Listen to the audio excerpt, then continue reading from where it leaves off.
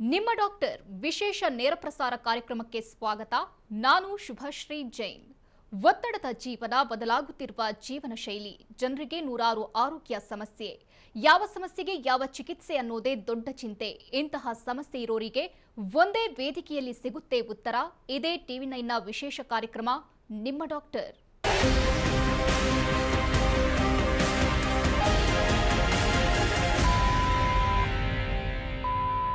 ಮನುಷ್ಯನಿಗೆ ಉಂಟಾಗುವ ಆರೋಗ್ಯ ಸಮಸ್ಯೆಗಳಿಗೆ ಪುರುಷರು ಅಥವಾ ಸ್ತ್ರೀಯರು ಎಂಬ ಯಾವುದೇ ಭೇದ ಭಾವ ಇಲ್ಲ. ಕೆಲವೊಂದು ನಿರ್ದಿಷ್ಟ ಬಗೆಯ ಆರೋಗ್ಯ ಸಮಸ್ಯೆಗಳು ಜೀವ ಹಿಂಡಿದ್ರೆ ಬೇರೊಂದು ರೀತಿಯ ಸಮಸ್ಯೆಗಳು ಇದ್ದೇ ಇರ್ತವೆ. ಕೆಲವು ಆರೋಗ್ಯ ಸಮಸ್ಯೆಗಳು ತಾತ್ಕಾಲಿಕವಾಗಿ ಪರಿಹಾರವಾದರೆ ಇನ್ನು ಕೆಲವು ಇಡೀ ಜೀವನ ಪರ್ಯಂತ ದೀರ್ಘಕಾಲ ಕಾಡ್ತವೆ. ಇಂತಹ ಹಲವಾರು ಬಗೆಯ ಆರೋಗ್ಯ ಸಮಸ್ಯೆಗಳಲ್ಲಿ ಸ್ತನ ಸಮಸ್ಯೆ ಕೂಡ ಒಂದು. ಸ್ವಲ್ಪವೂ ವ್ಯಾಯಾಮವಿಲ್ಲದ ಜೀವನ ನಡೆಸೋದ್ರಿಂದ ಹೆಚ್ಚು ಬೊಜ್ಜು ಅಥವಾ ಕೊಬ್ಬಿನಾಂಶ ಶೇಖರಣೆಯಾಗಿ ಹೀಗಾಗ್ತದೆ. ಇನ್ನು ಕೆಲವರ ದೇಹದಲ್ಲಿನ ಹಾರ್ಮೋನುಗಳ ವ್ಯತ್ಯಾಸದಿಂದ ಈ ಸಮಸ್ಯೆಗಳು ಮಕ್ಕಳಿಂದ ದೊಡ್ಡವರವರೆಗೂ ಕಾಡ್ತದೆ. ಆದರೆ ಇದಕ್ಕೆ ಪರಿಹಾರ ಇದೆ. ಕಾಸ್ಮೆಟಿಕ್ ಬ್ರೆಸ್ಟ್ ಸರ್ಜರಿ ಬಗ್ಗೆ ಸಂಪೂರ್ಣ ಮಾಹಿತಿ ನೀಡೋಕೆ ಕರ್ಲ್ಸ್ ಅಂಡ್ ಕರ್ವ್ಸ್ನ ವೈದ್ಯರಾದಂತಹ ಡಾಕ್ಟರ್ ಗಿರೀಶ್ ಎಸಿ ನಮ್ಮ ಜೊತೆಗಿದ್ದಾರೆ. Doctor, welcome to the show. ನಮಸ್ಕಾರ. ಮೊದಲನೇದಾಗಿ ಡಾಕ್ಟರ್, ಬ್ರೆಸ್ಟ್ ಸರ್ಜರಿಯನ್ನ ಯಾಕೆ ಮಾಡಬೇಕು? ಇದು ಮಾಡುವಂತಹ ಕಾರಣ ಏನು? ಸಾಮಾನ್ಯವಾಗಿ ಇದು ನಾವು ಕಾಸ್ಮೆಟಿಕ್ ಬ್ರೆಸ್ಟ್ ಸರ್ಜರಿ ಅಂತ ನೋಡಿದಾಗ ಈ ಬ್ರೆಸ್ಟಿನ ಒಂದು ಆಕಾರ ಅಥವಾ ಒಂದು ಗಾತ್ರ, ವಾಲ್ಯೂಮ್ ಅಂತ ಏನು ಹೇಳ್ತೀವಿ, ಅಥವಾ ಪೊಸಿಷನ್, ಒಂದು ಏನಾದ್ರು ವ್ಯತ್ಯಾಸಗಳಿದ್ದಲ್ಲಿ ಅಂಥವರಿಗೆ ಸಂಬಂಧಪಟ್ಟ ವ್ಯತ್ಯಾಸಗಳನ್ನು ಈ ಕರೆಕ್ಷನ್ಸ್ ಮಾಡಲಿಕ್ಕೆ ನಾವು ಈ ಕಾಸ್ಮೆಟಿಕ್ ಬ್ರೆಸ್ಟ್ ಸರ್ಜರಿ ಅನ್ನೋ ಪ್ರೊಸೀಜರ್ಗಳನ್ನು ಮಾಡಲಾಗುತ್ತೆ. ಉದಾಹರಣೆಗೆ ಈ ಬ್ರೆಸ್ಟಿನ ವಾಲ್ಯೂಮ್ ಒಂದು ಕಡಿಮೆ ಇದ್ದಾಗ ಅಂದರೆ ಮೇ ಬಿ ಡೆವಲಪ್ಮೆಂಟಲ್ ಇಶ್ಯೂ ಇರ್ಬೋದು. ಅಂದರೆ ಒಂದು 18 ಇಯರ್ಸ್ ಆ ಒಂದು ಏಜ್ ಗ್ರೂಪಲ್ಲಿ ಅವರಿಗೆ ದೇಹಕ್ಕೆ ಅನುಗುಣವಾಗಿ ಇಲ್ಲದೇ ಇರ್ಬೋದು. ಅಂಥ ಸಂದರ್ಭದಲ್ಲಿ ಅದನ್ನು ಇಂಪ್ರೂವ್ ಮಾಡಲಿಕ್ಕೆ, ಅಂದರೆ ಕಡಿಮೆ ಇರೋ ಗಾತ್ರನ ಅವರ ಒಂದು ಬಾಡಿ ಒಂದು ಅನುಗುಣವಾಗಿ ಬದಲಾವಣೆ ಇನ್ಕ್ರೀಸ್ ಮಾಡಲಿಕ್ಕೆ ನಾವು ಬ್ರೆಸ್ಟ್ ಆಗ್ಮೆಂಟೇಷನ್ ಅಂತ ಹೇಳ್ತೀವಿ. ಅದೇ ರೀತಿ ಕೆಲವರಿಗೆ ಒಂದು ಬ್ರೆಸ್ಟಿನ ಗಾತ್ರ ಸ್ವಲ್ಪ ಜಾಸ್ತಿ ಇರುತ್ತೆ, ಅವರ ದೇಹಕ್ಕೆ ಅನುಗುಣವಾಗಿಗಿನ ಜಾಸ್ತಿ ಇರುತ್ತೆ. ಅದರಿಂದ ತುಂಬ ಪ್ರಾಬ್ಲಮ್ಸ್ಗಳು ಇರುತ್ತೆ. ಇಂಥ ಸಂದರ್ಭದಲ್ಲಿ ಅದನ್ನು ಅವರಿಗೆ ದೇಹಕ್ಕೆ ಅನುಗುಣವಾಗಿ ಕಡಿಮೆ ಮಾಡೋದು, ನಾರ್ಮಲೈಸ್ ಮಾಡೋದಕ್ಕೆ ನಾವು ಬ್ರೆಸ್ಟ್ ರಿಡಕ್ಷನ್ ಪ್ರೊಸೀಜರ್ ಅಂತ ಹೇಳ್ತೇವೆ. ಇನ್ನು ಈ ಪೋಸ್ಟ್ ಪ್ರೆಗ್ನೆನ್ಸಿ ಒಂದು ಸಿಚುವೇಷನಲ್ಲಿ ಬ್ರೆಸ್ಟ್ ಕೂಡ ಒಂದು ವಾಲ್ಯೂಮ್ ಲಾಸ್ ಆಗಿರುತ್ತೆ, ಸ್ಯಾಗಿಂಗ್ ಇರುತ್ತೆ. ಅಂಥ ಟೈಮಲ್ಲಿ ನಾವು ಬ್ರೆಸ್ಟ್ ಲಿಫ್ಟ್ ಅನ್ನೋ ಪ್ರೊಸೀಜರನ್ನು ಮಾಡಲಾಗುತ್ತೆ. ಇನ್ನು ಬೇರೆ ಕಾರಣಗಳಂದರೆ ಕೆಲವೊಮ್ಮೆ ನಾವು ಆಕ್ಸಿಲರಿ ಬ್ರೆಸ್ಟ್ ಅಂತ ಹೇಳ್ತೀವಿ. ಅಂದರೆ ಆ ಬ್ರೆಸ್ಟನ್ನು ಅಡಿಷನಲ್ ಬ್ರೆಸ್ಟ್ ಇರುತ್ತೆ. ನಾರ್ಮಲ್ ಚೆಸ್ಟ್ ಲೆವೆಲಲ್ಲಿ ಏನಿರುತ್ತೆ, ಅಡಿಷನಲ್ಗೂ ಕೂಡ ಆಕ್ಸಿಲ ಅಥವಾ ಕಂಕಳಲ್ಲಿ ಅಡಿಷನಲ್ ಒಂದು ಬ್ರೆಸ್ಟ್ ಡೆವಲಪ್ಮೆಂಟ್ ಆಗಿರುತ್ತೆ. ಅದರ ಕರೆಕ್ಷನ್ಸ್ ಅಂತ ಇರಬಹುದು. ಅಥವಾ ಈ ಬ್ರೆಸ್ಟಿನ ಒಂದು ಎರಡೂ ಕಡೆ ಈಕ್ವಲ್ ಇಲ್ಲದೆ ಇರ್ಬೋದು, ಒಂದು ಕಡಿಮೆ ಒಂದು ಜಾಸ್ತಿ ಅಥವಾ ವೇರಿಯೇಷನ್ಸ್ ಇರ್ಬೋದು. ಅದಕ್ಕೆ ನಾವು ಬ್ರೆಸ್ಟ್ ಏಸಿಮೆಟ್ರಿ ಅಂತೀವಿ. ಆ ಬ್ರೆಸ್ಟ್ ಏಸಿಮೆಟ್ರಿ ಕರೆಕ್ಷನ್ಸ್ ಇರಬಹುದು. ಅದೇ ರೀತಿ ಕೆಲವು ಕಂಜನೈಟಲ್ ಅಂದರೆ ಬೈ ಬರ್ತ್ ಆ ಒಂದು ಡಿಫೆಕ್ಟ್ಸ್ ಅಥವಾ ಪ್ರಾಬ್ಲಮ್ಸ್ ಇರುತ್ತೆ. ಆ ಎಕ್ಸಾಂಪಲ್ಸ್ ಅಂದರೆ ಈ ಟ್ಯೂಬರಸ್ ಬ್ರೆಸ್ಟ್ ಅಂತ ಹೇಳ್ತೀವಿ, ಅಥವಾ ಪೋಲ್ಯಾಂಡ್ ಸಿಂಡ್ರೋಮ್ ಅಂತ ಹೇಳ್ತೀವಿ. ಈ ಥರದ ನಾನಾ ಸಮಸ್ಯೆಗಳಿಗೆ, ಅಂದರೆ ಆ ಒಂದು ಆಕಾರ ಅಥವಾ ಗಾತ್ರ ಅಥವಾ ಪೊಸಿಷನ್ಗಳಲ್ಲಿ ಈ ಥರ ಒಂದು ವೇರಿಯೇಷನ್ಸ್ ಏನಿರುತ್ತೆ ಅಥವಾ ಏಸಿಮೆಟ್ರಿ, ಏರುಪೇರುಗಳು, ಇವುಗಳನ್ನು ಕರೆಕ್ಷನ್ಸ್ ಮಾಡೋದಕ್ಕೆ ನಾವು ಈ ಕಾಸ್ಮೆಟಿಕ್ ಬ್ರೆಸ್ಟ್ ಸರ್ಜರೀಸ್ ಅಂತ ಹೇಳ್ತೇವೆ. ಓಕೆ ಡಾಕ್ಟರ್, ಇನ್ನು ಬ್ರೆಸ್ಟ್ ಆಗ್ಮೆಂಟೇಷನ್ ಅಂದರೆ ಏನು? ಜೊತೆಗೆ ಇದು ಹೇಗೆ ಸೂಕ್ತ, ಹೇಗೆ ಮಾಡಲಾಗುತ್ತೆ? ಬ್ರೆಸ್ಟ್ ಆಗ್ಮೆಂಟೇಷನ್ ಅನ್ನೋದು ಬೇಸಿಕಲಿ ಅಂದರೆ ಅವರ ಒಂದು ದೇಹಕ್ಕೆ ಅನುಗುಣವಾಗಿ ಆ ಬ್ರೆಸ್ಟ್ ವಾಲ್ಯೂಮ್ ಇಲ್ಲದೇ ಇದ್ದಾಗ ಮಾಡುವಂಥ ವಿಚಾರ ಅಂತ ಹೇಳ್ಬೋದು. ಇದು ಸಾಮಾನ್ಯವಾಗಿ ನಾವು ಒಂದು 2-3 ಹಂತಗಳಲ್ಲಿ ನೋಡ್ತೇವೆ, ಏಜ್ ಗ್ರೂಪ್ಸಲ್ಲಿ ನೋಡ್ತೇವೆ. ಮೊದಲನೇದಾಗಿ ನಾವು ಡೆವಲಪ್ಮೆಂಟಲ್ ಅಂದರೆ 18 ಇಯರ್ಸ್ ಪ್ಲಸ್ ಇರುವಂಥ ಒಂದು ಏಜ್ ಗ್ರೂಪಲ್ಲಿ ಅವರ ಒಂದು ದೇಹಕ್ಕೆ ಅನುಗುಣವಾಗಿ ಆ ಬ್ರೆಸ್ಟ್ ಡೆವಲಪ್ಮೆಂಟ್ ಆಗಿರುವುದಿಲ್ಲ. ಅಂಥ ಸಂದರ್ಭದಲ್ಲಿರಬಹುದು. ಅಥವಾ ಈ ಪೋಸ್ಟ್ ಪ್ರೆಗ್ನೆನ್ಸಿಯಲ್ಲಿ ನಾರ್ಮಲ್ ಪ್ರಾಸೆಸ್ ಪ್ರಕಾರವಾಗಿ ಇನ್ವಲ್ಯೂಷನ್ ಅಂತೀವಿ. ಅಲ್ಲೂ ಕೂಡ ವಾಲ್ಯೂಮ್ ಕಡಿಮೆ ಆಗಿರುತ್ತೆ. ಆ ಒಂದು ಏಜ್ ಗ್ರೂಪಲ್ಲಿ ಇರಬಹುದು. ಅಥವಾ ಇನ್ನು ಸ್ವಲ್ಪ ಅಡ್ವಾನ್ಸ್ಡ್ ಏಜ್ ಅಂದರೆ 40 ಟು ಈ ಒಂದು 60 ಏಜ್ ಗ್ರೂಪಲ್ಲಿ ಕೆಲವರಿಗೆ ಬೈ ಡಿಫಾಲ್ಟ್ ಏಜ್ ವೈಸ್ ಆ ಒಂದು ವಾಲ್ಯೂಮ್ ಕಡಿಮೆ ಆಗಿರೋ ಒಂದು ಸಂದರ್ಭದಲ್ಲಿ ಇಂಥ ಸಂದರ್ಭಗಳಲ್ಲಿ ಆ ಬ್ರೆಸ್ಟಿನ ವಾಲ್ಯೂಮನ್ನು ಅವರಿಗೆ ದೇಹಕ್ಕೆ ಅನುಗುಣವಾಗಿ ನಾವು ತಕ್ಕಂತೆ ಮಾರ್ಪಾಡು ಅಥವಾ ಇನ್ಕ್ರೀಸ್ ಮಾಡುವಂಥ ವಿಚಾರಕ್ಕೆ ನಾವು ಬ್ರೆಸ್ಟ್ ಆಗ್ಮೆಂಟೇಷನ್ ಅಂತ ಹೇಳ್ತೇವೆ. ಇದು ಮೊದಲನೇದಾಗಿ ಇದು ಒಂದು ಸೇಫ್ ಪ್ರೊಸೀಜರ್ ಅಂತ ಹೇಳ್ಬೋದು. ಯಾಕಂದರೆ ಅಲ್ಲಿ ಮೇನ್ ಗೊಂದಲ ಇರುವಂಥದ್ದು ಸೇಫ್ ಪ್ರೊಸೀಜರು. ಯಾವುದೇ ಏಜ್ ಗ್ರೂಪ್, ಈವನ್ ಬಿಫೋರ್ ಪ್ರೆಗ್ನೆನ್ಸಿಯಿಂದನೂ ಕೂಡ ಇದನ್ನು ಮಾಡಿಸ್ಬೋದಾಗಿರುತ್ತೆ, ಆಫ್ಟರ್ ಪ್ರೆಗ್ನೆನ್ಸಿನೂ ಕೂಡ ಮಾಡಿಸ್ಬೋದಾಗಿರುತ್ತೆ. ಅಂದರೆ ಇಲ್ಲಿ ಬ್ರೆಸ್ಟ್ ಫೀಡಿಂಗಿಗೆ ಯಾವುದೇ ಒಂದು ಅಡಚಣೆಗಳಿರೋದಿಲ್ಲ, ಇದರಿಂದ ಯಾವುದೇ ತೊಂದರೆಗಳಿರೋದಿಲ್ಲ. ಸೊ ಅದೇ ರೀತಿ ಲಾಂಗ್ ಟರ್ಮ್ ಎಫೆಕ್ಟ್ಸ್ ಏನಾದರೂ ಇದೆಯಾ ಅಂತ ನಾವು ನೋಡಿದಾಗ, ಸೊ ಲಾಂಗ್ ಟರ್ಮಲ್ಲಿ ಒಂದು ಓನ್ಲಿ ಬೆನಿಫಿಟ್ಸ್ ಇರುತ್ತೆ, ವಾಲ್ಯೂಮ್ ಮೇಂಟೈನ್ ಆಗಿರುತ್ತೆ ಅಂತ ಹೇಳ್ಬೋದು. ಸೊ ಯಾವುದೇ ಥರದ ಈ ಬ್ರೆಸ್ಟ್ ಕ್ಯಾನ್ಸರು ಇನ್ನಿತರ ಕೆಲವು ವಿಚಾರಗಳು ಕೂಡ ಇದರಿಂದ ಬರಲಿಕ್ಕೆ ಸಾಧ್ಯ ಇರೋದಿಲ್ಲ. ಸೊ ಆದರೆ ಫ್ಯಾಮಿಲಿ ಹಿಸ್ಟ್ರಿ ಅಂದರೆ ಆಲ್ರೆಡಿ ಅವರ ಒಂದು ಫ್ಯಾಮಿಲಿಯಲ್ಲಿ ಮದರ್ಸ್ಗೆ ಅಥವಾ ಮದರ್ ಅಥವಾ ಅವರ ಒಂದು ಫ್ಯಾಮಿಲಿಯಲ್ಲಿ ಯಾರಿಗೂ ಇನ್ನೊಬ್ಬರು ಮೆಂಬರ್ಸ್ಗೆ, ಫಿಮೇಲ್ ಮೆಂಬರ್ಸ್ಗೆ ಈ ಥರ ಬ್ರೆಸ್ಟ್ ಕ್ಯಾನ್ಸರ್ ಇದ್ದಲ್ಲಿ, ಸೊ ಅಫ್ಕೋರ್ಸ್ ಅವ್ರಿಗೂ ಅಷ್ಟೇ ಒಂದು ರಿಸ್ಕ್ ಇರುತ್ತೆ. ಆದರೆ ಅಡಿಷನಲ್ ರಿಸ್ಕ್ ಅಂತ ಯಾರಿಗೂ ಇರಲ್ಲ. ಸೊ ಆ ಒಂದು ವಿಚಾರ ಇರುತ್ತೆ. ಸೊ ಇದು ಆಲ್ಮೋಸ್ಟ್ ನಾನು ಹೇಳ್ಬೋದು ಅಂದರೆ ಒಂದು day care surgery, morning admission ಇದ್ದರೆ ಈವ್ನಿಂಗ್ ಡಿಸ್ಚಾರ್ಜ್. ಸೊ ಆ ರೀತಿ ಇರುತ್ತೆ. ಆಲ್ಮೋಸ್ಟ್ ಒಂದು 2 hours ಪ್ರೊಸೀಜರೇ. ಮತ್ತು ಇಲ್ಲಿ ಒಂದು ಇನ್ಸಿಷನ್ ಕೂಡ ನಾವು ಹೇಗೆ ಮಾಡ್ಕೊಳ್ತೀವಿ ಅಂದರೆ ಒಂದು ವೆರಿ ಫೈನ್ ಇನ್ಸಿಷನ್, ಇನ್ಫ್ರಾಮ್ಯಾಮರಿ ಫೋಲ್ಡ್ ಅಂತೀವಲ್ಲ, ಅಲ್ಲಿ ಒಂದು ವೆರಿ ಫೈನ್ ಇನ್ಸಿಷನ್ ಇರುತ್ತೆ, ಒಂದು 3 to 4 centimeter ಇನ್ಸಿಷನ್. ಸೊ ಅದರಿಂದ ನಾವು ಈ ಸಿಲಿಕಾನ್ ಇಂಪ್ಲಾಂಟ್ಸನ್ನು ಯೂಸ್ ಮಾಡಲಾಗುತ್ತೆ. ಈ ಸಿಲಿಕಾನ್ ಇಂಪ್ಲಾಂಟ್ಸಲ್ಲೂ ಕೂಡ ಒಂದು ತುಂಬ ಅಡ್ವಾನ್ಸಸ್ ಇರುತ್ತೆ. ಸೊ ಅಂದರೆ ಇದರಲ್ಲಿ ನಾವು ಟೆಕ್ನಾಲಜಿ ಅಂತ ಹೇಳ್ಬೋದು. ಅಡ್ವಾನ್ಸಸ್ ಅಂತ ಹೇಳಿದ್ರೆ ಈ ಸ್ಮೂತ್ ಇಂಪ್ಲಾಂಟ್ಸ್ ಅಂತ ಇರ್ಬೋದು, ಹೈಲಿ ಕೊಹಿಸಿವ್ ಅಂತ ಇರಬಹುದು. ಸೊ ಈ ಥರ ಅಡ್ವಾನ್ಸ್ಡ್ ಕೂಡ ಏನಾಗುತ್ತೆ, ಆಲ್ಮೋಸ್ಟ್ ಪ್ರಾಬ್ಲಮ್ಸ್ ಅಥವಾ ಆಲ್ಮೋಸ್ಟ್ ಇಲ್ಲ ಅಂತಲೇ ಹೇಳ್ಬೋದು. ಸೊ ಆ ರೀತಿ ಒಂದು ಬೆನಿಫಿಟ್ಸ್ ಇರುತ್ತೆ. ಸೊ ಆ ಇಂಪ್ಲಾಂಟ್ಸನ್ನು ಬಳಸಲಾಗಿ ನಾವು ಈ ಬ್ರೆಸ್ಟ್ ಆಗ್ಮೆಂಟೇಷನ್ ಮಾಡಲಾಗುತ್ತೆ. ಸೊ ಅವರು ಇನ್ನೊಂದು ಇಂಪಾರ್ಟೆಂಟ್ ಏನಂದರೆ, ಅವರು ನೆಕ್ಸ್ಟ್ ದಿವಸದಿಂದನೇ ನಾರ್ಮಲ್ ರೊಟೀನ್ ವರ್ಕ್ ಇನ್ವಾಲ್ವ್ ಆಗ್ಬೋದು. ಯಾವುದೇ ಥರದ ಅಷ್ಟೊಂದು ರೆಸ್ಟ್ ಬೇಕು ಆ ಥರದ್ದೆಲ್ಲ ವಿಚಾರಗಳಿರಲ್ಲ.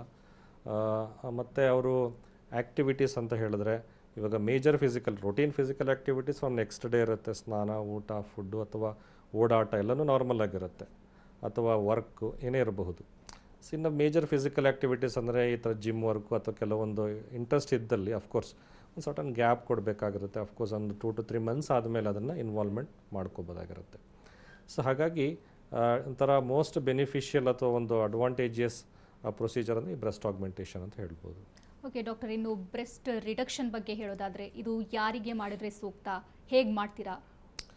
ಈ ಬ್ರೆಸ್ಟ್ ರಿಡಕ್ಷನ್ ಅಂದರೆ ಸ್ವಲ್ಪ ಸ್ಲೈಟ್ಲಿ ಅಪೋಸಿಟ್ ಅಂತ ಹೇಳ್ಬೋದು. ಕೆಲವರಿಗೆ ದೇಹಕ್ಕೆ ಅನುಗುಣವಾಗಿಗಿನ ಜಾಸ್ತಿ ಪ್ರಪೋರ್ಷನ್ಸ್ ಇರುತ್ತೆ, ಅವ್ರಿಗೆ ವಾಲ್ಯೂಮ್ ಜಾಸ್ತಿ ಇರುತ್ತೆ.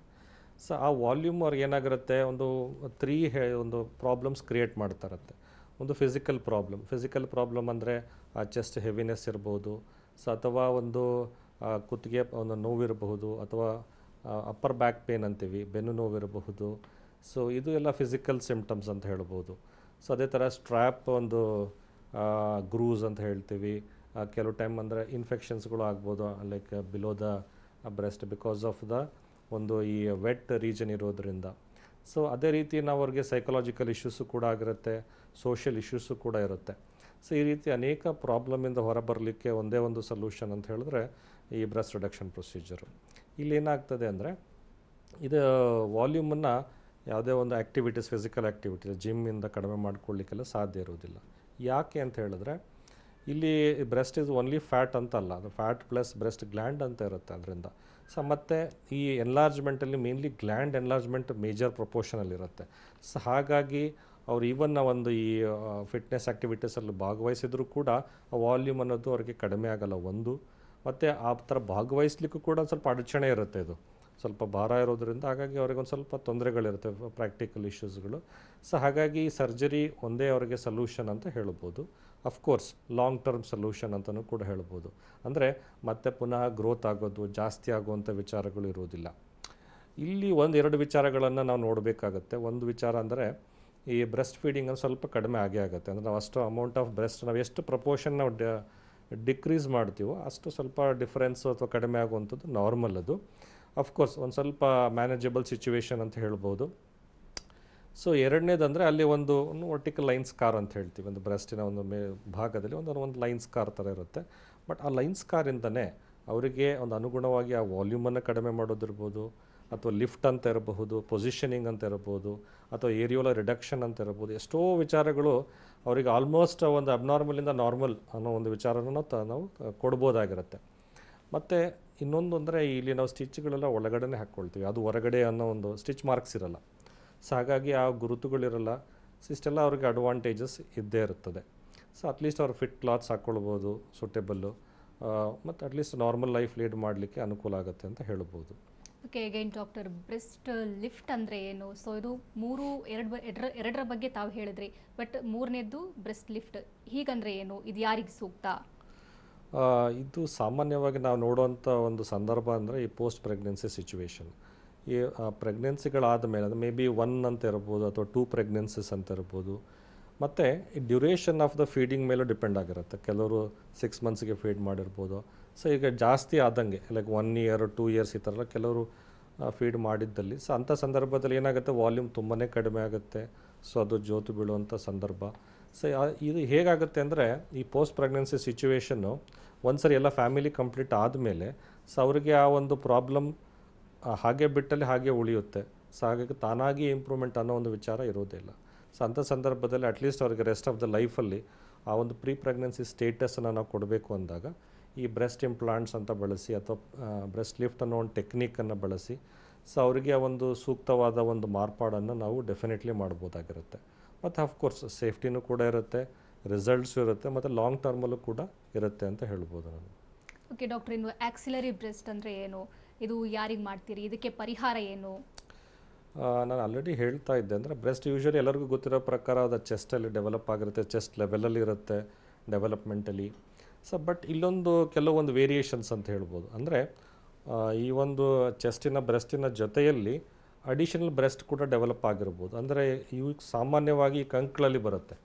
ಸೊ ಅಲ್ಲಿ ಕೆಲವರಿಗೆ ಕನ್ಫ್ಯೂಷನ್ ಇರುತ್ತೆ, ಇದು ಓನ್ಲಿ ಫ್ಯಾಟ್ ಇದು ಫ್ಯಾಟಿಂದ ಈ ಥರ ಆಗಿರ್ಬೋದಾ, ಒಂಥರ ಲಂಪ್ ಥರ ಇರುತ್ತೆ, ಗಂಟು ಥರ ಇರುತ್ತೆ. ಸೊ ಅಷ್ಟೇನಾ ಇದು ಅಥವಾ ಕರಗುತ್ತಾ ಇದು ಏನಾದರೂ. ಬಟ್ ಅವ್ರಿಗೇನಾಗಿರುತ್ತೆ, ಆ ಒಂದು ಬಟ್ಟೆಗಳಲ್ಲಿ ಎದ್ದು ಕಾಣಿಸ್ತಾ ಇರುತ್ತೆ ಅಥವಾ ಅಡಚಣೆ ಅಥವಾ ತೊಂದರೆ ಅನ್ನಿಸ್ತಾ ಇರುತ್ತೆ. ಸೊ ಹಾಗಾಗಿ ಅದನ್ನು ನಾವು ಕ್ಲಿಯರ್ ಮಾಡದೆ ಹೊರತು ಅದು ಅದು ತಾನಾಗಿಯೇ ಕಡಿಮೆ ಆಗೋದಿಲ್ಲ. ಸೊ ಇಲ್ಲೇನಾಗುತ್ತೆ, ಅಡಿಷನಲಾಗೆ ಇವಾಗ ಬ್ರೆಸ್ಟಲ್ಲಿ ಹೇಗೆ ಕೆಲವರಿಗೆ ಈ ಪೀರಿಯಡ್ಸ್ ಟೈಮಲ್ಲಿ ಕೆಲವೊಂದು ವಿಚಾರಗಳು ನೋವಿರಬಹುದು ಅಥವಾ ಬಾವಿರ್ಬೋದು, ಈ ಥರ ಒಂದು ವಿಚಾರಗಳೇನಾಗುತ್ತೆ ಅಲ್ಲೂ ಕೂಡ ಆ ಚೇಂಜಸ್ ಆಗ್ತಾ ಇರುತ್ತೆ. ಯಾಕಂದರೆ ಅದು ಕೂಡ ಒಂದು ಬ್ರೆಸ್ಟ್ ಗ್ಲ್ಯಾಂಡಿನ ಕಾಂಪೊನೆಂಟ್ಸ್ ಇರೋದ್ರಿಂದ. ಸೊ ಹಾಗಾಗಿ ಆ ಒಂದು ವಿಚಾರದಲ್ಲಿ ನೋಡಿದಾಗ ಈ ಒಂದು ನಾವು ಎಕ್ಸಿಷನ್ ಅನ್ನೋದು ಪ್ರೊಸೀಜರ್ ಮಾಡಲಾಗುತ್ತೆ. ಎಕ್ಸಿಷನ್ ಅಂದರೆ ಸ್ಮಾಲ್ ಒಂದು ಇನ್ಸಿಷನ್ ಮಾಡಿಕೊಂಡು ಆ ಗಂಟನ್ನು ಹೊರ ತೆಗೆಯಲಾಗುತ್ತೆ. ಸೊ ಮತ್ತು ಆ ಒಂದು ವಿತೌಟ್ ಡಿಸ್ಟರ್ಬಿಂಗ್ ದ ಕಾಂಟೂರ್ ಅಂದರೆ ನಾರ್ಮಲ್ ಆಕ್ಸಿಲರಿ ಕಾಂಟೂರನ್ನು ಕೊಡಲಾಗುತ್ತೆ ನಾರ್ಮಲಾಗಿ. ಸೊ ದಟ್ ಅವ್ರು ನಾರ್ಮಲ್ ಕ್ಲಾತ್ಸ್ ವೇರ್ ಮಾಡಲಿಕ್ಕೆ ಅನುಕೂಲ ಆಗುತ್ತೆ ಅಂತ ಹೇಳ್ಬೋದು. ಸೊ ಅದೇ ರೀತಿ ತುಂಬ ರೇರ್ ಅಂತ ಹೇಳ್ಬೋದು ಈ ಅಡಿಷನಲ್ ಒಂದು ಬ್ರೆಸ್ಟ್ ಡೆವಲಪ್ಮೆಂಟ್. ಕೆಲವೊಂದು ಬೇರೆ ರೀಜನ್ಸಲ್ಲೂ ಆಗುತ್ತೆ, ಬಟ್ ಐಡೆಂಟಿಫೈ ಮಾಡಿದಾಗ ಅಫ್ಕೋರ್ಸ್ ಅದನ್ನು ಕರೆಕ್ಷನ್ಸ್ ಕೂಡ ಮಾಡ್ಬೋದಾಗಿರುತ್ತೆ. Okay doctor, cosmetic breast surgery ಬಗ್ಗೆ ಮತ್ತಷ್ಟು ಮಾಹಿತಿ ತಮ್ಮಿಂದ ನಾನು ಪಡಿತೇನೆ. ಡಾಕ್ಟರ್, ಏನು ಬ್ರೆಸ್ಟ್ ಅಸಿಮೆಟ್ರಿ ಅಂದರೆ ಏನು, ಇದಕ್ಕೆ ಪರಿಹಾರ ಏನು? ಬ್ರೆಸ್ಟ್ ಎಸಿಮೆಟ್ರಿ ಅಂದರೆ ಏರುಪೇರುಗಳು ಅಂತ. ಅಂದರೆ ಲೈಕ್ ಒಂದು ಬ್ರೆಸ್ಟು ಐದರ್ ನಾರ್ಮಲ್ ಆಗಿದ್ದು, ಇನ್ನೊಂದು ಬ್ರೆಸ್ಟು ಕಡಿಮೆ ಚಿಕ್ಕದಾಗಿರ್ಬೋದು ಅಥವಾ ದೊಡ್ಡದಾಗಿರ್ಬೋದು ಅಥವಾ ಜೋತು ಬಿದ್ದಿರ್ಬೋದು, ಅಥವಾ ಎರಡೂ ಬ್ರೆಸ್ಟ್ಗಳಲ್ಲಿ ವೇರಿಯೇಷನ್ಸ್ ಫ್ರಮ್ ದ ನಾರ್ಮಲ್, ಎರಡೂ ನಾರ್ಮಲ್ ಇಲ್ಲ, ವೇರಿಯೇಷನ್ಸ್ ಇದೆ. ಸೊ ಈ ರೀತಿ ಸಂದರ್ಭದಲ್ಲಿ ಆ ಒಂದು ಸಿಮೆಟ್ರಿ ಕರೆಕ್ಷನ್ಸ್ ಅಂದರೆ ಆಲ್ಮೋಸ್ಟ್ ಅದು ನಿಯರ್ ಈಕ್ವಲ್ ಮಾಡೋ ಥರ ಈ ಒಂದು either a combination of the techniques ಅಂದರೆ one of the technique may be ಅವಶ್ಯಕತೆಗೆ ತಕ್ಕ ಹಾಗೆ ಒಂದು ಕಡೆ ನಾವು ಬ್ರೆಸ್ಟ್ ಆಗ್ಮೆಂಟೇಷನ್ನು ಅಥವಾ ಇನ್ನೊಂದು ಕಡೆ ಬ್ರೆಸ್ಟ್ ರಿಡಕ್ಷನ್ ಪ್ರೊಸೀಜರು ಅಥವಾ ಬ್ರೆಸ್ಟ್ ಲಿಫ್ಟ್ ಪ್ರೊಸೀಜರು. ಸೊ ಏನು ಅವಶ್ಯಕತೆ ಇರುತ್ತೆ, ಸೊ ಒಟ್ಟಿನಲ್ಲಿ ನಮ್ಮ ಉದ್ದೇಶನೇ ಏನಿರುತ್ತೆ ಅಂದರೆ ಸೊ ಅವರಿಗೆ ಬ್ರೆಸ್ಟ್ ಈಕ್ವಲ್ ವಾಲ್ಯೂಮ್ ಕೊಟ್ಟು ಮತ್ತು ಸಿಮಿಟ್ರಿಯನ್ನು ಕ್ರಿಯೇಟ್ ಮಾಡಬೇಕು ಅನ್ನೋದಿರುತ್ತೆ. ಸೊ ಇದು ಒಂದು ಡೆವಲಪ್ಮೆಂಟಲ್ ಇಶ್ಯೂ ಅಂತ ಹೇಳ್ಬೋದು. ಸೊ ಅದನ್ನು ನಾವು ಬೇಸಿಕಲಿ ಅವರಿಗೆ ನಾವು ಡಿಸ್ಕಸ್ ಮಾಡಲಾಗಿ ಸೊ ಅದು ಅವ್ರಿಗೆ ಏನು ಅವಶ್ಯಕತೆ ಇದೆ, ಸೊ ಅವರು ಯಾವ ವಾಲ್ಯೂಮ್ ನಾರ್ಮಲ್ ಅಂತ ಅವ್ರಿಗೆ ಅನ್ನಿಸ್ತದೆ, ಈ ಥರ ಕೆಲವು ವಿಚಾರಗಳನ್ನ ತಿಳ್ಕೊಂಡು ಸೊ ಅವರ ಅವಶ್ಯಕತೆಗೆ ತಕ್ಕಾಗಿ ಈ ಎಸಿಮೆಟ್ರಿಕ್ ಕರೆಕ್ಷನ್ಗಳನ್ನು ಮಾಡ್ಬೋದಾಗಿರುತ್ತೆ. ಓಕೆ ಡಾಕ್ಟರ್, ತಾವು ಸಾಕಷ್ಟು ಪೇಷಂಟ್ಗಳಿಗೆ ಟ್ರೀಟ್ ಮಾಡಿದ್ದೀರಾ, ಅವರ ಫೀಡ್ಬ್ಯಾಕ್ ಹೇಗಿದೆ ಸರ್ಜರಿ ಆದ ನಂತರ? ಇವಾಗ ನಾನು ಒಂದು 2-3 ಪ್ರೊಸೀಜರ್ ಬಗ್ಗೆ ಹೇಳಿದ್ದೆ. ಸೊ ಇದರಲ್ಲಿ ಅಮಾಂಗ್ ದ 3 ನನ್ನ ಒಂದು ಅನಿಸಿಕೆ ಏನಂದರೆ ಈ ಬ್ರೆಸ್ಟ್ ರಿಡಕ್ಷನ್ ಪ್ರೊಸೀಜರಲ್ಲಿ ಮ್ಯಾಕ್ಸಿಮಮ್ ಗ್ರಾಟಿಫಿಕೇಷನ್ಸ್ ಇದೆ ಅಂತ ಹೇಳ್ಬೋದು. ಯಾಕಂದರೆ ಅದರಲ್ಲಿ ಬ್ರೆಸ್ಟ್ ಆ ಒಂದು ಹೆವಿನೆಸ್ ಇದರಲ್ಲಿ ಫಿಸಿಕಲ್ಲು, ಸೋಷಿಯಲ್ಲು ಮತ್ತು ಸೈಕಲಾಜಿಕಲ್ ಇಶ್ಯೂಸ್ ಎಲ್ಲನೂ ಕೂಡ ಇನ್ವಾಲ್ವ್ಮೆಂಟ್ ಇರೋದ್ರಿಂದ ಸೊ ಅದೊಂದು ಅವ್ರಿಗೆ ಒಂದು ಗ್ರೇಟೆಸ್ಟ್ ರಿಲೀಫ್ ಆಗಿ ಸಿಗುವಂಥ ಒಂದು ಪ್ರೊಸೀಜರ್ ಅಂತ ಹೇಳ್ಬೋದು. ಸೊ ಅಫ್ಕೋರ್ಸ್ ಇನ್ನಿತರ ಯಾವುದೇ ಪ್ರೊಸೀಜರು ಕೂಡ ಅವರಿಗೆ ಈಕ್ವಲಿ ಒಂದು ಹ್ಯಾಪಿನೆಸ್ ಕೊಡುವಂತಹ, ಸಂತೋಷ ಕೊಡುವಂಥ ಪ್ರೊಸೀಜರ್ಗಳೇ. ಮುಖ್ಯವಾಗಿ ಇಲ್ಲಿ ಅವ್ರಿಗೆ ಯಾರಿಗೇ ಆಗಲಿ ಒಂದು ಕನ್ಸರ್ನ್ ಇರುವಂಥದ್ದು ಏನಾದರೂ ಸೈಡ್ ಎಫೆಕ್ಟ್ಸ್ ಬಗ್ಗೆ. ಸೊ ಯಾವಾಗ ಸೈಡ್ ಎಫೆಕ್ಟ್ಸ್ ಇಲ್ದಲೇ ಆ ಒಂದು ಲಾಂಗ್ ಟರ್ಮ್ ರಿಸಲ್ಟ್ಸ್ ನಾವು ಕೊಡ್ತೀವೋ ಡೆಫಿನೆಟ್ಲಿ ಆ ಒಂದು ಗ್ರಾಟಿಫಿಕೇಷನ್ ಒಂದು ಇದ್ದೇ ಇರುತ್ತೆ. ಸೊ ಯಾಕಂದರೆ ಇದು ಯಾವುದೇ ಮೆಡಿಸಿನ್ಸಿಂದ ಚೇಂಜ್ ಆಗುವಂಥ ವಿಷಯ ಅಲ್ಲ. ಇದು ವಾಲ್ಯೂಮನ್ನು ಇನ್ಕ್ರೀಸ್ ಮಾಡೋದಿರ್ಬೋದು ಅಥವಾ ಕಡಿಮೆ ಮಾಡೋದಿರ್ಬೋದು. So surgery is the only option ಇರುವಂಥದ್ದು. ಈವನ್ ಇವಾಗ ಪೋಸ್ಟ್ ಪ್ರೆಗ್ನೆನ್ಸಿಯಲ್ಲಿ ಅವರಿಗೆ ಹಾಗೆ ಬಿಟ್ಟರೆ ಹಾಗೆ ಉಳಿಯುತ್ತೆ ಪ್ರಾಬ್ಲಮ್. ಸೊ ಏನು ವೇರಿಯೇಷನ್ಸ್ ಆಗಿರುತ್ತೆ ಅದು. ಸೊ ಹಾಗಾಗಿ ಅವ್ರ ಒಂದು ಪರ್ಪಸ್ ಇರುತ್ತೆ ಒಂದು ಪ್ರೆಗ್ನೆನ್ಸಿ ಅಥವಾ ಒಂದು ಇದೆಲ್ಲ ಒಂದು ಫ್ಯಾಮಿಲಿ ಅನ್ನೋದು. ಅದಾದಮೇಲೆ ಅವರಿಗೆ ವೈ ಟು ಸಫರ್ ಅಂತ ವೈ ಟು ಅಂತ. ಸೊ ಆ ಥರ ಇದ್ದಾಗ ಸೊ ಅದನ್ನು ಬ್ಯಾಕ್ ಟು ನಾರ್ಮಲ್ ಅನ್ನೋ ಒಂದು ವಿಷಯನಿರುತ್ತೆ. ಸೊ ಅವ್ರಿಗೂ ಎಲ್ಲೋ ಒಂಥರ ಹೊಸ ಲೈಫ್ ಸಿಕ್ಕದ ಒಂದು ಅನುಭವ ಇದ್ದಿರುತ್ತೆ. So I am back to normal ಅಂತ ಒಂದು ಅನಿಸಿಕೆ ಇರ್ತದೆ ಅವ್ರಿಗೆ. ಸೊ ಒಂದು ಈ ಥರ ಒಂದು ವೇರಿಯೇಷನ್ಸ್ ಇದೆಲ್ಲ ನಾವು ಫೀಡ್ಬ್ಯಾಕ್ ನೋಡಿದಾಗ more or less all the types of ಈ ಕಾಸ್ಮೆಟಿಕ್ ಸರ್ಜರೀಸ್ ಏನು ಬ್ರೆಸ್ಟ್ ಸರ್ಜರೀಸ್ ಇದೆ, ಗ್ರ್ಯಾಟಿಫೈಯಿಂಗ್ ಅಥವಾ ಒಂದು ಸೆಲ್ಫ್ ಕಾನ್ಫಿಡೆನ್ಸ್ ಇಂಪ್ರೂವ್ ಮಾಡುವಂಥದ್ದು ಇರ್ಬೋದು, ಹ್ಯಾಪಿನೆಸ್ ಇರ್ಬೋದು, ಡೆಫಿನೆಟ್ಲಿ ಇವೆಲ್ಲ ಇದ್ದೇ ಇರುತ್ತೆ. ಓಕೆ ಡಾಕ್ಟರ್, ಇನ್ನು ಸರ್ಜರಿ ಆದ ನಂತರ ಲೈಫ್ ಸ್ಟೈಲ್ ಹೆಂಗಿರಬೇಕು, ಫುಡ್ ಅಥವಾ ಎಕ್ಸಸೈಸ್ ಇದ್ರ ಬಗ್ಗೆ ಹೇಳೋದಾದರೆ? ಡೆಫಿನೆಟ್ಲಿ ಅವರ ಒಂದು ರೊಟೀನ್ ಲೈಫಲ್ಲಿ ಯಾವುದೇ ವೇರಿಯೇಷನ್ಸ್ ಇರೋದಿಲ್ಲ, ಎಕ್ಸೆಪ್ಟ್ ಒಂದು ಇನಿಷಿಯಲ್ ಒಂದು 2 to 3 ಮಂತ್ಸ್ ಒಂದು ಹೀಲಿಂಗ್ ಪೀರಿಯಡ್ ಅಂತ ಏನಿರುತ್ತೆ. ಆ ಹೀಲಿಂಗ್ ಪೀರಿಯಡ್ ಆದಮೇಲೆ ಸೊ ಅವರ ಒಂದು ಯಾವುದೇ ಒಂದು ಮೇಜರ್ ಫಿಸಿಕಲ್ ಆ್ಯಕ್ಟಿವಿಟೀಸಲ್ಲಿ ಭಾಗವಹಿಸ್ಬೋದಾಗಿರುತ್ತೆ. ಇನ್ನು ಡಯಟ್ ಅನ್ನೋದು ಇಲ್ಲಿ ಅದು ಬ್ರೆಸ್ಟಿನ ವಾಲ್ಯೂಮ್ ಕಡಿಮೆ ಜಾಸ್ತಿ ಯಾವುದೇ ಒಂದು ಡಯಟ್ ರಿಲೇಷನ್ ಇಲ್ಲದೆ ಇರೋದ್ರಿಂದ ಸೊ ಅಫ್ಕೋರ್ಸ್ ಡಯಟನ್ನು ನಾರ್ಮಲಾಗಿ ಇಟ್ಕೊಳ್ಬೋದಾಗಿರುತ್ತೆ ಅವರು. ಅಫ್ಕೋರ್ಸ್ ಇದು ಫಿಸಿಕಲ್ ಆ್ಯಕ್ಟಿವಿಟೀಸ್ ಅವ್ರಿಗೆ ಇಂಟ್ರೆಸ್ಟ್ ಇದ್ದಲ್ಲಿ ಒಂದು 2 to 3 ಮಂತ್ಸ್ ಆದಮೇಲೆ ಇನ್ವಾಲ್ವ್ಮೆಂಟ್ ಮಾಡ್ಕೋಬೋದಾಗಿರುತ್ತೆ. ಸೊ ಇಲ್ಲಿ ಯಾವುದೇ ಥರದ ಒಂದು ಮೇಂಟೆನೆನ್ಸು ಅಥವಾ ಒಂದು ಫ್ರೀಕ್ವೆಂಟ್ ವಿಸಿಟ್ಸು ಅಷ್ಟೊಂದು ಇರೋದಿಲ್ಲ ಅವರಿಗೆ. ಸೊ ಅದು ಆಲ್ಮೋಸ್ಟ್ ತಾನೇ ಒಂದು ಸೆಟ್ಲಾಗಿ ಮತ್ತು ಹಾಗೆ ರಿಸಲ್ಟ್ಸ್ ಉಳಿಯುತ್ತೆ ಅಂತ ಹೇಳ್ಬೋದು. ಇನ್ನು ಕರ್ಲ್ಸ್ ಆ್ಯಂಡ್ ಕರ್ವ್ಸ್ ಕಾಸ್ಮೆಟಿಕ್ ಸೆಂಟರ್ನಲ್ಲಿ ಯಾವೆಲ್ಲ ಸರ್ಜರಿಗಳನ್ನು ಮಾಡಲಾಗುತ್ತೆ? ಸೊ ನಮ್ಮಲ್ಲಿ ಎಲ್ಲ ಥರದ ಕಾಸ್ಮೆಟಿಕ್ ಸರ್ಜರಿಗಳು ಆಗುತ್ತೆ ಅಂತ ಹೇಳ್ಬೋದು. ಈ ಕಾಸ್ಮೆಟಿಕ್ ಬ್ರೆಸ್ಟ್ ಸರ್ಜರಿಗಳ ಜೊತೆಯಲ್ಲಿ ನಾವು ಇದು ನೋಡಿದಾಗ ಒಂದು ಹೇರ್ ಲಾಸಿಗೆ hair transplantation as a permanent results ಆಗಿ ಮೇಲ್ಸ್ಗಿರ್ಬೋದು ಅಥವಾ ಫಿಮೇಲ್ಸ್ಗಿರ್ಬೋದು. ಈವನ್ ಮೇಲ್ಸ್ಗೆ ನಾವು ಮುಸ್ಟ್ಯಾಶ್ ಮತ್ತು ಬಿಯರ್ಡ್ ಟ್ರಾನ್ಸ್ಪ್ಲಾಂಟೇಷನ್ ಕೂಡ ಮಾಡಲಾಗುತ್ತೆ, ಆ ಒಂದು ಹೇರ್ ಲಾಸ್ ಇದ್ದರೆ ಅಥವಾ ಬೆಳವಣಿಗೆ ಇಲ್ಲದೇ ಇದ್ದ ಸಂದರ್ಭದಲ್ಲಿ. ಸೊ ಅದೇ ರೀತಿ ರೈನೋಪ್ಲಾಸ್ಟಿ ಅಂದರೆ ಮೂಗಿನ ವೇರಿಯೇಷನ್ಸ್ಗಳು, ಶೇಪಲ್ಲಿ ವೇರಿಯೇಷನ್ಸ್ ಇರುತ್ತೆ, ಉಸಿರಾಟದ ತೊಂದರೆ ಇರುತ್ತೆ ಅವರಿಗೆ. ಸೊ ಈ ಥರ ಸಂದರ್ಭದಲ್ಲಿ ಆ ರೈನೋಪ್ಲಾಸ್ಟಿ ಪ್ರೊಸೀಜರಿಂದ ಕರೆಕ್ಷನ್ಸನ್ನು ಮಾಡ್ಬೋದಾಗಿರುತ್ತೆ. ಸೊ ಡಿಂಪಲ್ ಕ್ರಿಯೇಷನ್ ಅಂದರೆ ಯಾರಿಗೆ ಇಂಟ್ರೆಸ್ಟ್ ಇರುತ್ತೆ ಅಥವಾ ಡಿಂಪಲ್ ನ್ಯಾಚುರಲಾಗಿ ಇರೋದಿಲ್ಲ, ಸೊ ಅಂಥವ್ರಿಗೂ ಕೂಡ ನಾವು ಈ ಡಿಂಪಲ್ ಕ್ರಿಯೇಷನ್ ಪ್ರೊಸೀಜರನ್ನು ಮಾಡ್ಬೋದಾಗಿರುತ್ತೆ. ಇನ್ನು ಲಿಪ್ ಕೆಲವರಿಗೆ ವೇರಿಯೇಷನ್ಸ್ ಇರುತ್ತೆ, ಅಂದರೆ ಥಿನ್ ಇರ್ಬೋದು ಅಥವಾ ಥಿಕ್ ಇರ್ಬೋದು. ಸೊ ಮೆಜಾರಿಟಿ ನಮ್ಮ ಇಂಡಿಯಾದಲ್ಲಿ ನಾವು ನೋಡ್ತಕ್ಕಂಥದ್ದು ಥಿಕ್ ಲಿಪ್ಸ್ಗಳು. ಸೊ ಥಿನ್ ಅನ್ನೋದು ಸ್ವಲ್ಪ ವೆಸ್ಟರ್ನಲ್ಲಿರುತ್ತೆ, ಹಾಗಾಗಿ ಥಿಕ್ ಲಿಪ್ ಅಂದರೆ ಲಿಪ್ ರಿಡಕ್ಷನ್ ಪ್ರೊಸೀಜರ್ನ ಅವಶ್ಯಕತೆ ಇರುತ್ತದೆ. ಇನ್ನು ಈ ಏಜ್ ರಿಲೇಟೆಡ್ ಈ ರಿಂಕಲ್ಸು ಫೋಲ್ಡ್ಸು ಏಜ್ ಚೇಂಜಸ್ಗಳಾದವರಿಗೆ ಈ ಫೇಸ್ ಲಿಫ್ಟು ಅಥವಾ ನೆಕ್ ಲಿಫ್ಟ್ ಅನ್ನೋ ಪ್ರೊಸೀಜರ್ ಇರ್ಬೋದು, ಅಥವಾ ಬ್ರೋ ಲಿಫ್ಟ್ ಅನ್ನೋ ಪ್ರೊಸೀಜರ್ ಇರ್ಬೋದು, ಮತ್ತು ಕಣ್ಸುತ್ತ ರಿಂಕಲ್ಸ್ ಇದೆಲ್ಲ ಇದ್ದಾಗ ಅವರಿಗೆ ಬ್ಲೆಫರೋಪ್ಲಾಸ್ಟಿ ಪ್ರೊಸೀಜರನ್ನು ಕೂಡ ಮಾಡಲಾಗುತ್ತೆ. ಇನ್ನು ಈ ಕಿವಿಯ ಒಂದು ನೋಡಿದಾಗ ಆಕಾರದಲ್ಲಿ ಸ್ವಲ್ಪ ವೇರಿಯೇಷನ್ಸ್ ಇರುತ್ತೆ ಕೆಲವರಿಗೆ. ಸೊ ಪ್ರಾಮಿನೆಂಟ್ ಇಯರ್ಸ್ ಅಥವಾ ಬ್ಯಾಟ್ ಇಯರ್ಸ್ ಅಂತ ಹೇಳ್ತೀವಿ, ಎಲಿಫೆಂಟ್ ಇಯರ್ಸ್ ಅಂತೀವಿ. ಸೊ ಈ ಥರ ಒಂದು ವಿಚಾರ ಇದ್ದಾಗ ನಾವು ಓಟೋಪ್ಲಾಸ್ಟಿ ಅನ್ನೋ ಪ್ರೊಸೀಜರ್ ಮೂಲಕ ಕರೆಕ್ಷನ್ಸ್ ಮಾಡಲಾಗುತ್ತೆ. ಇನ್ನು ಈ ಬೊಜ್ಜುತನ ಒಬೆಸಿಟಿಗೆ ಆ್ಯಸ್ ಎ ಪರ್ಮನೆಂಟ್ ಸೊಲ್ಯೂಷನ್ ಅಂತ ನೋಡಿದಾಗ along with diet and exercise ನೋಡಿದಾಗ ಲೈಪೋಸಕ್ಷನ್ ಪ್ರೊಸೀಜರ್ ಅನ್ನೋದು ತುಂಬ ಬೆನಿಫಿಷಿಯಲ್ ಇದೆ, ಲಾಂಗ್ ಟರ್ಮ್ ರಿಸಲ್ಟ್ಸ್ ಇದ್ದೇ ಇರುತ್ತೆ. ಸೊ ಈ ಮೇಲ್ ಅಥವಾ ಫೀಮೇಲ್ ಮತ್ತು ಯಾವುದೇ ದೇಹದ ಯಾವುದೇ ಭಾಗದ ಇರ್ಬೋದು, ಫೇಸ್, ನೆಕ್ ಇರ್ಬೋದು, ಆರ್ಮ್ಸ್ ಇರ್ಬೋದು, ಅಥವಾ ಅಬ್ಡಮನ್ ಇರ್ಬೋದು, ದಟ್ ಈಸ್ ಟಮಿ. ಸೊ ಅದೇ ಥರ ಇರ್ಬೋದು ಬಟಕ್ಸ್ ಅಥವಾ ಥೈಸ್, ಎನಿಥಿಂಗ್ ಯಾವುದೇ ಒಂದು ಭಾಗಗಳಲ್ಲೂ ಕೂಡ ಹೆಚ್ಚಿನ ಫ್ಯಾಟ್ ಅಕ್ಯುಮುಲೇಷನ್ ಇದ್ದಾಗ, ಒಬೆಸಿಟಿ ಇದ್ದಾಗ, so as a permanent solution liposuction procedure ಕೂಡ ಆಗುತ್ತೆ. ಇನ್ನು ಮೇಲ್ಸ್ಗೆ ಈ ಒಂದು ಗೈನಕೋಮ್ಯಾಸ್ಟಿ ಅನ್ನೋ ಪ್ರಾಬ್ಲಮ್. ಸೊ ಅಲ್ಲಿ ಏನಾಗುತ್ತೆ, ಅವರಿಗೆ ಮೇಲ್ ಬ್ರೆಸ್ಟ್ ಎನ್ಲಾರ್ಜ್ಮೆಂಟ್ ಆಗಿರುತ್ತೆ. ಸೊ ಆ ಒಂದು ಕರೆಕ್ಷನ್ ಪ್ರೊಸೀಜರ್ಗೆ ನಾವು ಆ ಗೈನಕೋಮ್ಯಾಸ್ಟಿಕ್ ಕರೆಕ್ಷನ್ ಪ್ರೊಸೀಜರ್ ಮಾಡಲಾಗುತ್ತೆ. So in addition to these ಅದೇ ಆಲ್ ಕಾಮನ್ ಪ್ರೊಸೀಜರ್ಸ್ ಜೊತೆಯಲ್ಲಿ ಈ ಕಾಸ್ಮೆಟಿಕ್ ಜೆನೆಟಲ್ ಸರ್ಜರೀಸು ಕೂಡ ನಮ್ಮಲ್ಲಿ ಆಗುತ್ತೆ ಅಂತ ಹೇಳ್ಬೋದು. ಸೊ ಅಂದರೆ almost whole spectrum of the cosmetic surgeries ನಮ್ಮ ಒಂದು ಈ ಕಾಸ್ಮೆಟಿಕ್ ಸರ್ಜರಿ ಸೆಂಟ್ರಲ್ಲಿ ರೆಗ್ಯುಲರಾಗಿ ಆಗ್ತಾ ಇರುತ್ತೆ. ಯೂಶ್ವಲಿ ಡಾಕ್ಟರ್, ಸರ್ಜರಿ ಅಂದರೆ ಎಲ್ರಿಗೂ ಭಯ ಇರುತ್ತೆ, ತಾವು ಸರ್ಜರಿ ಮಾಡ್ಕೋಬೇಕು ಅಂತ ಇರುವವರಿಗೆ ಏನು ಹೇಳ್ತೀರಾ?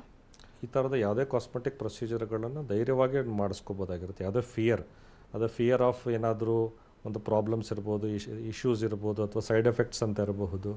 ಸೊ ಯಾವುದೇ ಒಂದು ಥರದ ಅಫ್ಕೋರ್ಸ್ ಅವ್ರಿಗೆ ಏನಾದರೂ ಒಂದು ಆ ಥರದ ಅನುಮಾನಗಳು ಇದ್ದಲ್ಲಿ ಈ ಅಂದರೆ ಎಲ್ಲ ಥರದ ಕಾಸ್ಮೆಟಿಕ್ ಸರ್ಜರಿ ಅಂದರೆ ಅಫ್ಕೋರ್ಸ್ ಭಯ ಇದ್ದೇ ಇರುತ್ತೆ. ಎಸ್ಪೆಷಲಿ ಕಾಸ್ಮೆಟಿಕ್ ಅಂದರೆ ಎಲೆಕ್ಟಿವ್ ಸರ್ಜರಿ ಅಂತ ಹೇಳ್ಬೋದು.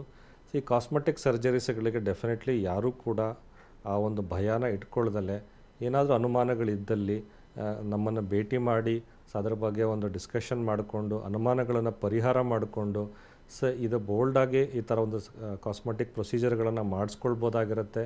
ಮತ್ತು ಅದಕ್ಕೆ ತಕ್ಕ ಹಾಗೆ ಅಡ್ವಾಂಟೇಜಸ್ಗಳನ್ನು ಕೂಡ ನೀವು ತಗೊಳ್ಬೋದಾಗಿರುತ್ತೆ ಅಂತ ಹೇಳಲಿಕ್ಕೆ ಇಷ್ಟಪಡ್ತೇನೆ. Okay doctor, cosmetic breast surgery ಬಗ್ಗೆ ಸಾಕಷ್ಟು ಮಾಹಿತಿ ವಿಚಾರಗಳನ್ನು ಹಂಚಿಕೊಂಡ್ರಿ. Thank you so much. ನಮಸ್ಕಾರ. ಏನೋ ವೀಕ್ಷಕರೇ, ತಾವು ಡಾಕ್ಟರನ್ನು ನೇರವಾಗಿ ಭೇಟಿಯಾಗಬೇಕು ಅಂತಾದರೆ ಅಡ್ರೆಸ್ ಪ್ಲೇಟ್ ಇಂತಿದೆ. ಹೆಚ್ಚಿನ ಮಾಹಿತಿಗಾಗಿ ಸಂಪರ್ಕಿಸಿ curls and curves cosmetic surgery centre 760/15 5ನೇ ಮುಖ್ಯ ರಸ್ತೆ 8ನೇ cross MC layout Vijayanagar Bengaluru 560040. ದೂರವಾಣಿ ಸಂಖ್ಯೆ 8088400400 ಮತ್ತೊಂದು ಸಂಖ್ಯೆ 9448571216. ಇದು ಇವತ್ತಿನ ನಿಮ್ಮ ಡಾಕ್ಟರ್. ನಿರಂತರ ಸುದ್ದಿಗಾಗಿ ನೋಡ್ತಾ ಇರಿ TV9.